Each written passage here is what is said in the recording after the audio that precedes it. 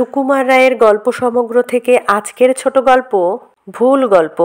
রামবাবু লোকটি যেমন কৃপণ, তার প্রতিবেশী বৃন্দাবনচন্দ্রের আবার তেমনি হাতখোলা। দুজনের বহুকালে বন্ধুতা, অথচ কি চেহারায় কি স্বভাব প্রকৃতিতে কোথাও দুজনের মিল নেই। বৃন্দাবন বেটে খাটো গোলগাল গোছের মানুষ, তার মাথা ভরা টাক, গোঁফ দাড়ি সব কামানো। 56 বছর অতি প্রশংসার সঙ্গে রেজিস্ট্রি অফিসে চাকরি করে শেষ দিকে তার খুব পদোন্নতি হয়েছিল। এখন 60 বছর বয়সে তিনি সবে মাত্র পেনশন নিয়ে বিশ্রাম করছেন। তিনি, তার গিন্নি আর এক বুড়ো জ্যাঠামশাই। এছাড়া ত্রিসংসারে তার আর কেউ নেই। জ্যাঠামশাই বিয়ে টিয়ে করেননি, বৃন্দাবনের সঙ্গেই থাকেন। রামপ্রসাদ সান্যাল লোকটি ছিপছিপে লম্বা। পোস্টমাস্টার প্রাণশঙ্কর ঘোষ ছাড়া তেমন ঢ্যাঙা লোক সে পাড়াতে আর খুঁজে পাবে না। এক অক্ষর ইংরাজি জানেন না, কিন্তু মার্বেল পাথর আর পাটের তেলের ব্যবসা করে তিনি প্রকাণ্ড দোতলা বাড়ি করেছেন। দেশে জমিদারি কিনেছেন আর নানা রকম কারখানায় অংশীদার হয়ে বসেছেন। তার 8টি ছেলে, কিন্তু মেয়ে একটিও হলো না বলে তার ভারী দুঃখ। প্রকাণ্ড কপাল, তার উপর একরাশ চুল, মুখে লম্বা লম্বা দাড়ি আর চোখে হাল ফ্যাশনের ফ্রেম ছাড়া চশমা। কানের সঙ্গে তার সম্পর্ক নেই, কেবল নাকের উপর স্প্রিং দিয়ে এঁটে বসানো। মোট কথা, দেখলেই বোঝা যায় যে মানুষটি কম কেউকেটা নন।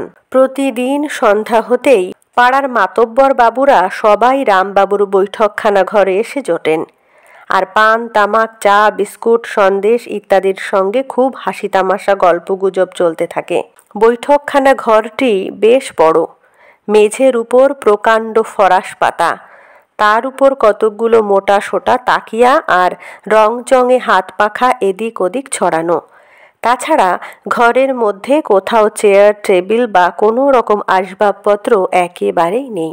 পোস্টমাস্টার বাবু, হরিহর ডাক্তার, জ্যোতিষ রায় হেডমাস্টার, ইন্সপেক্টর বাড়ুজ্জে প্রভৃতি অনেকেই সেখানে প্রতিদিন আসেন। বৃন্দাবন বসু বড় লাজুক লোক। প্রথম প্রথম সেদিকে বড় একটা ঘেঁষতেন না। সে পাড়ায় তিনি সবে নতুন এসেছেন, কারোর সঙ্গে আলাপ পরিচয় নেই। খালি পোস্টমাস্টার বাবুর সঙ্গে একটু জানাশোনা। যা হোক, পোস্টমাস্টার বাবু নাছোড় বান্দা লোক। তিনি বড়দিনের ছুটির মধ্যে এক রবিবার একরকম জোর করেই তাকে রামবাবুর বাড়ি নিয়ে গিয়ে হাজির করলেন। প্রথম দিনের পরিচয়েই দুজনের আলাপ এমন জমে উঠল যে তারপর থেকে রামবাবুর বৈঠকে যাবার জন্য বৃন্দাবন চন্দ্রকে আর কোনো তাগিদ দেওয়ার দরকার হতো না। এই ঘটনার 7 দিন পরে একদিন রামবাবুর বৈঠক খুব জমেছে। মানুষকে চিনতে না পারার দরুন কত সময়ে কত অদ্ভুত ফুল হয়, তাই নিয়ে বেশ কথাবার্তা চলছে।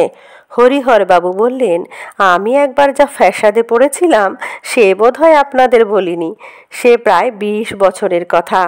একদিন সন্ধ্যার সময় খাওয়া দাওয়া সেরে একটু শিগগির ঘুমোবো ভাবছি। এমন সময়ে আমার ডিসপেন্সারির চাকরটা এসে খবর দিল প্রমথবাবু এসেছেন। প্রমথ মিত্তির। তখন তার মাথার ব্যারামের জন্য আমাকে দিয়ে চিকিৎসা করাতো। সেদিন কথা ছিল আমি তার জন্য একটা মিক্সচার তৈরি করিয়ে রাখবো। সে সন্ধ্যার সময় সেটা নিয়ে যাবে। তাই চাকর এসে খবর দিতেই আমি ওষুধের শিশিটা তার হাতে দিয়ে সেই সঙ্গে একটা কাগজে লিখে দিলাম, ওষুধটা এখনই 1 দাগ খাবেন। দুর্বল মস্তিষ্কের পক্ষে কোনো রকম মানসিক পরিশ্রম বা উত্তেজনা ভালো নয়, এ কথা সর্বদা মনে রাখবেন। তাহলেই আপনার মাথার ব্যারাম শিগগির সারবে।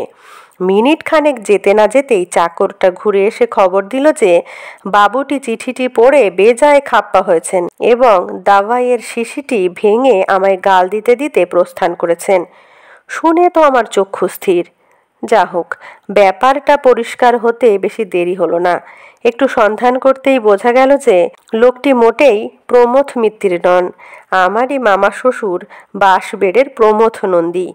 যেরকম বদমেজাজি লোক, সে রাত্রেই আমায় ছুটতে হলো বুড়োর তোয়াজ করবার জন্য। বুড়ো কি সহজে ঠান্ডা হয়?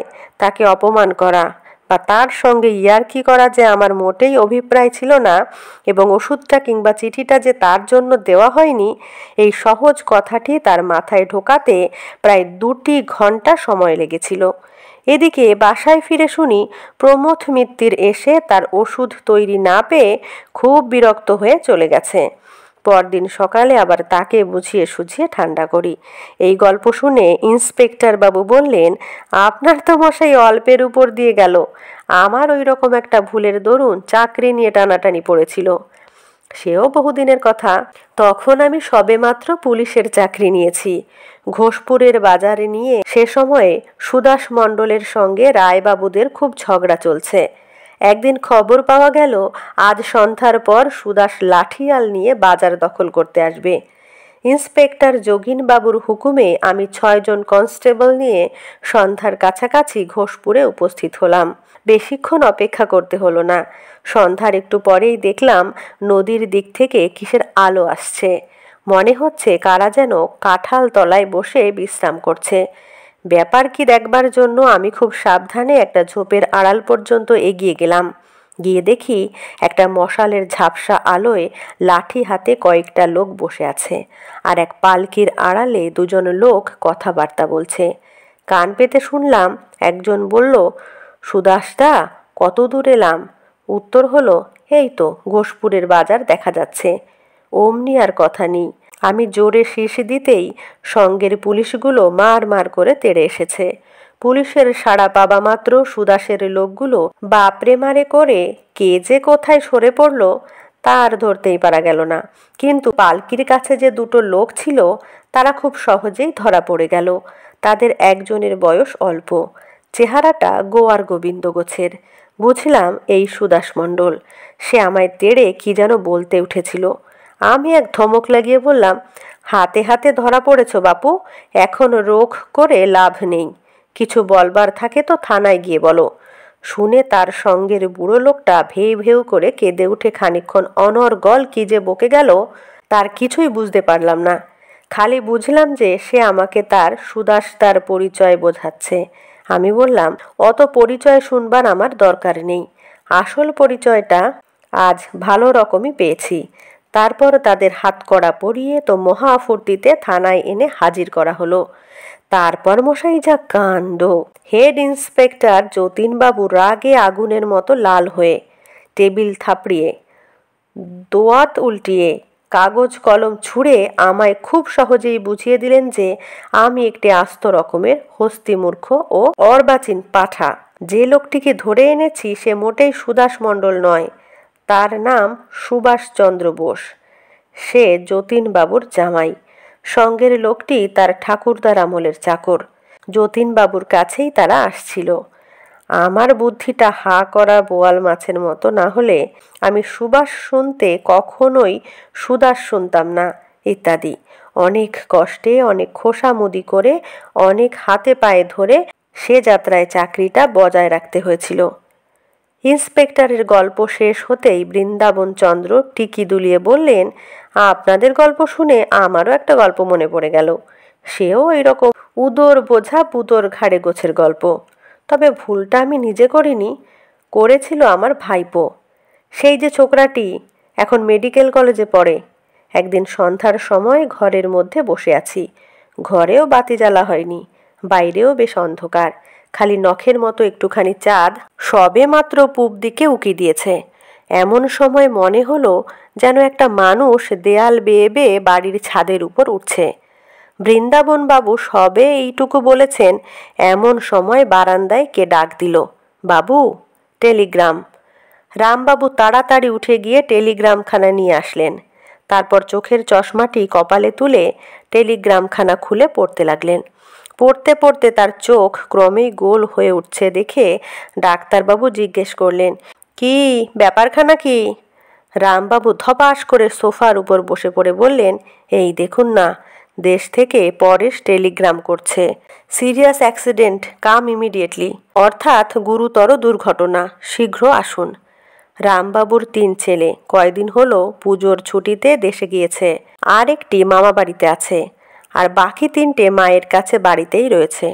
রামবাবু বললেন, এত লোক থাকতে পরেশ ছোকরাটাকে দিয়েই বা টেলিগ্রাম করাতে গেল কেন?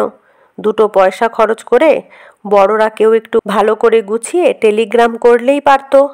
এখন কি যে করি? আজ বৃহস্পতিবার, এ সময় রওনাই বা হই কেমন করে? কিছুই তো বুঝতে পারছি না। তিনি চাকরকে ডেকে 3 তলার বড় ঘর থেকে তার কলমটা আনতে বললেন, আর বললেন, একটা টেলিগ্রাম করে দেখা যাক কি জবাব আসে। এই বলে তিনি আবার টেলিগ্রামখানা পড়তে লাগলেন। গল্পগুজব তো চুলোয় গেল। সবাই মিলে ভাবতে বসলো এখন কি করা যায়। এমন সময় রামবাবু হঠাৎ বলে উঠলেন, ও কি, এ কার টেলিগ্রাম? এ তো দেখছি রমাপদ সেন লেখা। আমার কি যে চোখ হয়েছে, আমি পড়ছি রামপ্রসাদ সান্যাল। বলতেই পোস্টমাস্টার প্রিয়শঙ্করবাবু বলে উঠলেন, ও, রমাপদ যে ও পাড়ার গুপিবাবুর ভাই। আমি জানি তার শ্বশুরের নাম পরেশনাথ কি যেন। তখন খুব একটা হাসির ধুম পড়ে গেল। রামবাবু বললেন, দেখলেন মশাই, পিয়ন ব্যাটার কাণ্ড। ভুল টেলিগ্রাম দিয়ে আমায় মেরেছিল আর কি। একে বুড়ো বয়স, তাতে আবার জানেন তো আমার হার্টের ব্যারাম আছে। হেডমাস্টার জ্যোতিষবাবু হেসে বললেন, আপনি আবার এর মধ্যেই বুড়ো হলেন কি করে? রামবাবু বললেন, বিলক্ষণ, এ পাড়ায় আমার মতন বুড়ো আর কটি পান দেখুন তো। এই আষাঢ় মাসে আমি 60-এর কোঠায় পা দিয়েছি। বৃন্দাবনবাবু বললেন, তাহলে আমার জ্যাঠা মশাইয়ের কাছে আপনার হার মানতে হলো, তার 69। ডাক্তারবাবু বললেন, আমারও বড় কম হয়নি, 64 হয়ে গিয়েছে। কিন্তু এ পাড়ায় বয়সের জন্য যদি প্রাইজ দিতে হয়, তাহলে ভোলানাথের বাপকেই দেওয়া উচিত। তার নাকি এখন 78 বছর চলেছে। এই রকম বাজে কথা চলছে এমন সময়ে বড় বড় বারকোষের উপর থালা সাজিয়ে রামবাবুর 3টে চাকর খাবার নিয়ে হাজির। কচুরি, নিমকি, সন্দেশ থেকে পিঠে পায়েস পর্যন্ত প্রায় 12-14 রকমের খাবার। ডাক্তার বললেন, বাপরে, এ যে বিরাট আয়োজন, ব্যাপারখানা কি? রামবাবু বললেন, ওই যা, আসল কথাই বলতে ভুলে গেছি। আজ আমার জামাই এসেছেন, তাই বাড়িতে একটু মিষ্টি মুখের আয়োজন করা হয়েছে। ডাক্তারবাবু হেসে বললেন, এত বড় গুরুতর কথাটাই বলতে ভুলে গেলেন? আপনার বয়সটা নিতান্তই বেড়ে গেছে দেখছি। বৃন্দাবন বললেন, তা হোক, আজকের বৈঠকে অনেক রকমই ভুলের কাণ্ড শুনলাম আর দেখলাম, কিন্তু এ ভুলটি বেশি দূর গড়ায়নি। আসুন এখন ভুলটা সংশোধন করে নেওয়া যাক। 1. গোড়াতেই রামবাবুকে কৃপণ বলা হইয়াছে, কিন্তু গল্পে তাহার স্বভাবের যে পরিচয় দেওয়া হইয়াছে, তাহা মোটেই কৃপণের মতো নয়। 2. বলা হইয়াছে রামবাবু ও বৃন্দাবন বাবুর মধ্যে বহুকালের বন্ধুতা, অথচ পরেই বলা হইয়াছে কারোর সঙ্গে বৃন্দাবন বাবুর আলাপ পরিচয় নাই। 3. প্রথমেই বৃন্দাবন বাবুর মাথা ভরা টাক বলা হইয়াছে, অথচ তিনি টিকি দুলাইতেছেন। 4. প্রথমে বলা হইয়াছে তাহার বয়স 60, কিন্তু তিনি চাকরি করিয়াছেন 56 বৎসর। 5. বলা হইয়াছে যে গিন্নি আর জ্যাঠামশাই ছাড়া তাহার আর কেহ নাই, কিন্তু পরে তাহার এক ভাইপোকে হাজির করা হইয়াছে। 6. প্রথমে পোস্টমাস্টারের নাম বলা হইয়াছে প্রাণশঙ্কর, পরে লেখা হইয়াছে প্রিয়শঙ্কর। 7. রামবাবু ইংরাজি জানেন না, অথচ তিনি চটপট ইংরাজি টেলিগ্রাম পড়িতেছেন। 8. রামবাবু পাটের তেলের ব্যবসা করেন, কিন্তু এরকম কোনো তেল বা ব্যবসার কথা শোনা যায় না। 9. ওই লাইনে তাহার বাড়ি দোতলা হইয়াছে, কিন্তু চাকর গেল 3 তলায়। 10. রামবাবুর 8টি ছেলে, কিন্তু মাত্র 7টির হিসাব পাওয়া যাইতেছে। 11. রামবাবুর মেয়ে নাই, কিন্তু তাহার এক জামাই আসিয়া হাজির। 12. তাহার চশমার যে বর্ণনা হইয়াছে, সেই রূপ চশমা কপালে তোলা যায় না। 13. প্রথমে বলা হইয়াছে ঘরে কোনো রকম আসবাবপত্র নাই, কিন্তু পরে সোফার উল্লেখ করা হইয়াছে। 14. বলা হইয়াছে বড়দিনের ছুটির মধ্যে এক রবিবার বৃন্দাবন রামবাবুর সঙ্গে দেখা করিলেন। গল্পের ঘটনা তাহার 7 দিনের পরে, সুতরাং সেদিন বৃহস্পতিবার হইতেই পারে না। 15. বড়দিনের সপ্তাহখানেকের মধ্যেই পূজার ছুটি অসম্ভব। 16. বৃন্দাবন বাবুর বয়স মোটে 69 হইতেই পারে না। 17. চাঁদকে যখন আমরা সূর্যের কাছাকাছি দেখি, তখনই তাহার চেহারা থাকে সরু নখের মতো। সন্ধ্যার সময় পূর্ব দিকে, অর্থাৎ সূর্যের উল্টা দিকে, তাহার ওরকম চেহারা অসম্ভব। নমস্কার। কেমন লাগলো আজকের গল্পটি অবশ্যই কমেন্টে জানাবেন। ভালো লাগলে লাইক, কমেন্ট, শেয়ার করবেন। ধন্যবাদ।